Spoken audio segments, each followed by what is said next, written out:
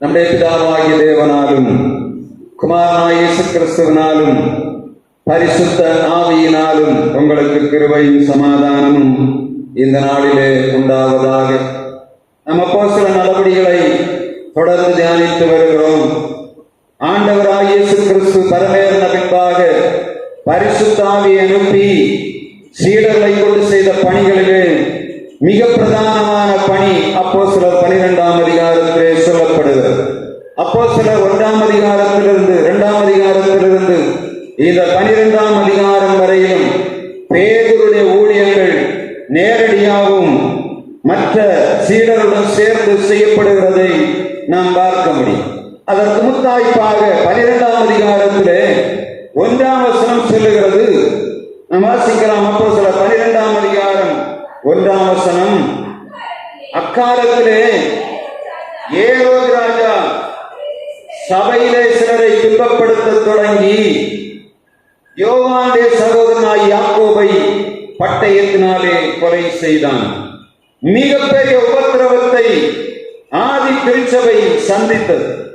இந்த 12ஆம் அதிகாரத்திலே ஏரோதுடைய அட்டகாசமும் அவனுடைய அட்டூழியமும் அவனுடைய முடிவும் சொல்லப்படுகிறது. 12ஆம் அதிகாரத்தோடு அப்போஸ்தலர் 12ஆம் அதிகாரத்தோடு ஏரோதுடைய சாப்டர் முடிந்து போகிறதை நாம் பார்க்க முடியும். இந்த ஏரோது யார்? இயேசுவை கொலை செய்யும்படியாக எழும்பினவர்களிலே ஒருவன். எல்லா காரியங்களையும் அறிந்திருந்தான்.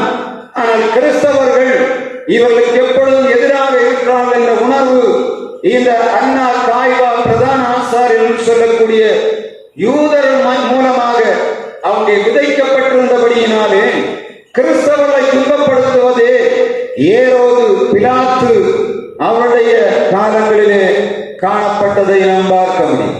கிளவுதியு ராயன் என்று சொல்லக்கூடிய கிளாடிய சீசர் காலத்திலே கிறிஸ்தவர்கள் துன்பப்படுத்தப்பட்டார்கள். அதற்கு பின்பாக நீரோ மன்னனுடைய காலத்திலும் துன்பப்படுத்தப்பட்டார்கள். இதன் மூலமாக திருச்சபையான சிதறடிக்கப்பட்டது. ஜனங்கள் எங்கும் சென்று போனார். ஆனால் அந்த ஏரோதுடைய முடிவு மாத்திரம் மிகவும் பரிதாபமாக மாறி போனதை வேதம் எழுதி வைக்கிறது. இவன் செய்த வேலை என்ன? யாக்கோபை பட்டயத்தினால் யாக்கோபுடைய சகோதரனை கொலை செய்கிறான். யோவானுடைய சகோதரன் யாக்கோபை பட்டயத்தினாலே கொலை செய்கிறான். இது யூதருக்கு பிரியமாக காணப்பட்டது. ஏன்? இவர்கள் இயேசுடைய சுவிசேஷத்தை அறிவித்துக் கொண்டிருக்கிறார்கள். திரளான யூதர்களை இயேசுவுக்கு நேராக நடத்துகிறதை யூதர்கள் பார்க்கிறார்கள். இவர்களுக்கு என்ன செய்வதென்று தெரியவில்லை. எவ்வளவு தூரம் இயேசுடைய சுவிசேஷத்தை அவர்கள் தடை பண்ணினாலும் அதற்கு அதிகமாக சுவிசேஷம் பரந்து விரிகிறதை யூதர்களால் பொறுத்துக் கொள்ள முடியவில்லை. எனவே முதலாவதாக தாங்கள் முயற்சி செய்து பார்த்தார்கள். முடியாதபடியினாலே ரோம பேரரசின் அரசாங்கத்தின் அதிகாரிகளையும் ராஜாக்களையும் பிடித்துக் கொண்டு அவர்கள் மூலமாக கிறிஸ்தவர்களுக்கு உபத்திரவத்தை கொடுத்தார். மிக முக்கியமாக இயேசுடைய சீடர்கள் செய்த பணிகளை கண்டபடியினாலே எதிர்த்து நிற்க முடியாதவர்களை கொலை செய்து விட வேண்டும் என்று சொல்லி தொடர்ந்து போராடுகிறதை நாம் பார்க்க முடியும். இந்த நேரத்தில் தான் மிக முக்கியமான காரியம் நடைபெறுகிறது. அப்போஸ்தலர் 12ஆம் அதிகாரம் 4ஆம் வசனத்திலே ஏரோது பேதுருவை பிடித்து சிறைச்சாலைக்குள்ளே கொண்டு வருகிறார். யூதர்களுக்கு பிரியமான காரியம் யோவானின் சகோதரனாகிய யாக்கோபு கொலை செய்யப்பட்டபடியினாலே எப்படியாயும் பேதுருவை கொலை செய்து அதன் மூலமாய் யூதர்கள் மத்தியிலே நல்ல பெயரை வாங்க வேண்டும் என்று நினைத்து அவன் பேதுருவை பிடித்து சிறைச்சாலைக்கு நேராக கொண்டு வருகிறான். இந்த சிறைச்சாலை என்று சொல்லுவது சாதாரணமான காரியம் இல்லை. வாசிங்க 12ஆம் அதிகாரம் 4ஆம் வசனம். சிறைச்சாலையில வைத்து பஸ்கா பண்டிகைக்கு பின்பு ஜனங்களுக்கு முன்பாக அவனை வெளியே கொண்டு வரலாம் என்று எண்ணி அவனை காக்கும்படிக்கு வகுப்புக்கு 4 பேர் போர் சேவகராக ஏற்படுத்திய 4 வகுப்படி வசமாக ஒப்பு வைத்தான். சாதாரணமான பேர் அவனை பிடித்து 16 பேர் கையில ஒப்பு கொடுத்திருக்கிறான். ஒவ்வொரு 6 மணி நேரத்திற்கு 4 பேர் அவனை பாதுகாப்பு பாதுகாப்பதற்காக சிறைச்சாலைக்கு வெளியே 6 மணி நேரத்திற்கு ஒருவன் 4 பேர் நின்று காவல் காத்துக் கொண்டிருந்தார். இவன் யார்? கொலைகாரனா? தப்பி ஓடுகிறவனா? இவ்வளவு மகா பெரிய பலத்த பாதுகாப்பு போட வேண்டியது என்ன?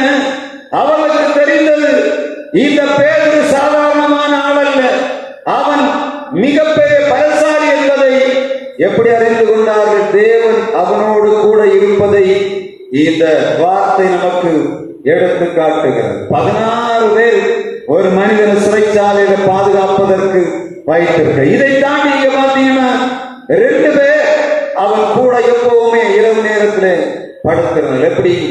2 சங்கிலிகள்ல 2 பேர் கட்டி, ஒருத்தன் அவன் சங்கிலியை ஒரு கையில கட்டி இருப்பான், இன்னொரு கையில இன்னொருத்தனை சங்கிலியை கட்டி பேதுரு கூட 3 பேர் படுத்திருக்கிறார்கள். பேதுருவோட 2 பேரு அந்த அறைக்குள்ளே, சிறைச்சாலைக்குள்ளே இவர்கள் தனியா.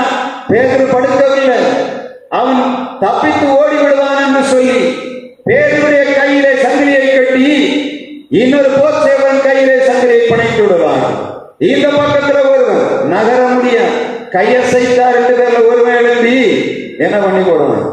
கீழே தள்ளி போடுவான். அவ்வளவு பலத்த பாதுகாப்பு. வெளியில எத்தனை பேர்? 4 பேர் நின்று கொண்டிருக்கிற. ஒருவேளை தப்பி போனா என்ன பண்ணுவது என்று சொல்லி 16 பேர் கொண்ட ரெஜிமெண்ட் அவனுக்கு காவல் காத்துக் கொண்டிருக்கிறது. வசனம் சொல்லுகிறது 12ஆம் அதிகாரம் 7ஆம் வசனம் 5ஆம் வசனம், ஆண்டவர் விடுவிக்கிற காரியத்தை இங்கே நாம் பார்க்க வேண்டும். பேதுருவை ஆண்டவர் பாதுகாத்தார். ஏன் தெரியுமா? அவனை கொண்டு ஆண்டவர் மிகப்பெரிய காரியங்களை செய்ய வேண்டியதனாயிருந்தது. இந்த ரோம அரசனாகிய ஏரோதுடைய கையிலே ஆண்டவர் ஒப்புக் கொடுக்க கூடாது என்பதை தீர்மானித்தார். 12ஆம் அதிகாரம் 5ஆம் வசனம் சொல்ல மிக முக்கியமாக கவனிக்க வேண்டிய காரியம், இங்கே காவலிலே கட்டப்பட்டு கிடக்கிற பேதுருவுக்கு ஒரு சப்போர்ட் கிடைக்கிற. வாசிங்க 12ஆம் அதிகாரம் 5ஆம் வசனம். அப்படியே பேதுரு சிறைச்சாலையிலே காக்கப்பட்டிருக்கையில் சபையார் அவனுக்காக தேவனை நோக்கி ஊக்கத்தோடே ஜெபம் பண்ணினார்கள். என்ன யுத்தம் நடக்குது? இவர்கள் போய் இந்த பேதுரை விடுவிக்கும்படியாக அரசாங்க அதிகாரிகளை பார்க்க போகவில்லை, காவலாளிகளை பார்க்க போகவில்லை, பெரிய மனுஷனை தெரிந்தவனையும் தேடி போகவில்லை. அவளுக்கு தெரிந்ததெல்லாம் இந்த யூதர்கள், இந்த ரோம அரசர்கள் எல்லாரும் எங்களுக்கு எதிராக இருக்கிறார்கள். ஒரே ஒரு காரியம் தான் செய்ய முடியும். என்னத்தை? எல்லாம் அடைக்கப்பட்டு கிடக்கிறோம், திருச்சபை மாத்திரம் திறந்திருக்கிறது. ஆண்டவருடைய பிள்ளைகள் ஊக்கமாய் ஜெபித்தார்கள். வசனம் சொல்லுகிறது, ஆண்டவருக்கு பேதுரை விடுதலையாக்க முடியும், ஆனால் திருச்சபைக்கு ஒரு வேதனை இருந்தது. ஆண்டவருடைய பிள்ளையாகிய பேதுரு சிறைச்சாலையிலே கட்டப்பட்டு கிடக்கிறான். எந்த அதிகாரியிடத்திலும் போய் பிரயோஜனம் இல்லை. அப்படிதானே? போன கேட்பாங்களா? அதிகாரிகள் எதிராக இருக்கிற அதிகாரிகள், எப்பொழுது போனாலும் எதிராக இருக்கிற அதிகாரிகள், நாம் எந்த விதத்திலே ஒரு மனுவை கொண்டு போனாலும் அதற்கு எதிர்த்துதான் கிரியை செய்வார்கள். நம்முடைய மனுவை பார்த்தவுடனே எதிராளிகளிடத்திலே சொல்லுகிறார்கள், அங்கே திருச்சபை கட்டுவதற்கு ஆயத்தமாகிறார்கள், எனவே நீங்கள் போய் அதை தடை பண்ணி போடுங்கள் என்று சொல்லுகிறார். சொந்த ஊர்ல திருச்சபை கட்ட வேண்டும், ஆனால் தடை எங்கிருந்து வருகிறது? 50 கிலோமீட்டர் 54 நாட்கள் வந்து தடை பண்ணுகிறார்கள். இவரிடத்து கேட்கிறார்கள், நீங்கள் ஏன் திருச்சபை கட்டுகிறீர்கள்? நாங்கள் ஆராதிப்பதற்கு எங்களிடத்திலே, எங்களுடைய சொந்த நிலத்திலே நாங்கள் ஆராதனை ஸ்தலத்தை கட்டி தொழுது கொள்ளுகிறோம். ஆனால் அவங்க கேட்கிற கேள்வி என்ன தெரியுமா? எப்படி நீங்கள் திருச்சபையை இங்கே ஸ்தாபிக்கலாம்? வந்து கேட்கிறது யாரு? இந்த ஊருக்கு சம்பந்தமே இல்லாத அதிகாரம். அவ்வளவு துஷ்பிரயோகம் நிறைந்ததாக காணப்படுகிறது. அதிகாரம் இருக்கும் என்று சொன்னா எந்த நாட்டில் இருக்கிறவனும் நம்முடைய சொந்த ஊர்ல வந்து கை வைக்கக்கூடிய சூழ்நிலை காணப்படுகிறதை நாம் அன்றாட வாழ்விலே பார்க்கிறோம். எல்லா தவறுகளும், எல்லா விதமான அயோக்கியத்தனத்தை செய்கிறவர்கள் அதிகாரம் என்ற ஒன்றை வைத்துக் கொண்டு தப்பி போய்விடுகிறார்கள். இங்கே இந்த ஜனங்கள் கிறிஸ்தவர்களுக்கு வேற வழி தெரியவில்லை. அதிகாரத்துக்கு முன்னால் போராட முடியாது, ஆனால் ஒன்று மாத்திரம் செய்யும், இவ்வளவு அதிகாரத்தையும் மேற்பார்வையை பார்க்கிற நம்முடைய ஆண்டவர் ஒருவர் இருக்கிறார் என்ற உணர்வு திருச்சபைக்கு காணப்படும். அதான் மிக முக்கியம். அவர்கள் சோர்ந்து போகவில்லை, ஆண்டவரை நோக்கி கேட்கிறார்கள். எப்படி?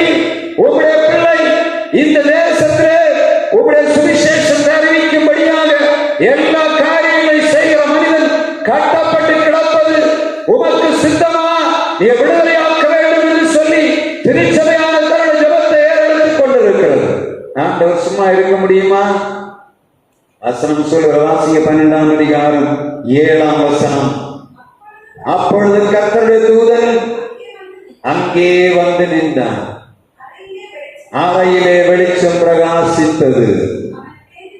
அவன் பேதுருவை விழாவிலே தட்டி சீக்கிரமாய் எழுந்திரு என்று சொன்னான். அவனை எழுப்பினான். சங்கிலிகள் அவன் கைகளில் இருந்து கலந்து விழுந்தன. வசனம் சொல்லுகிறது, திருச்சபையின் ஜெபம் வல்லமை நிறைந்தது. சங்கீதக்காரனாகிய தாவீது தன்னுடைய 18ஆம் சங்கீதத்திலே சொல்லுகிறான் 6ஆம் வசனத்திலே, என்னுடைய நெருக்கத்திலே கர்த்தரை நோக்கி கூப்பிட்டேன், என்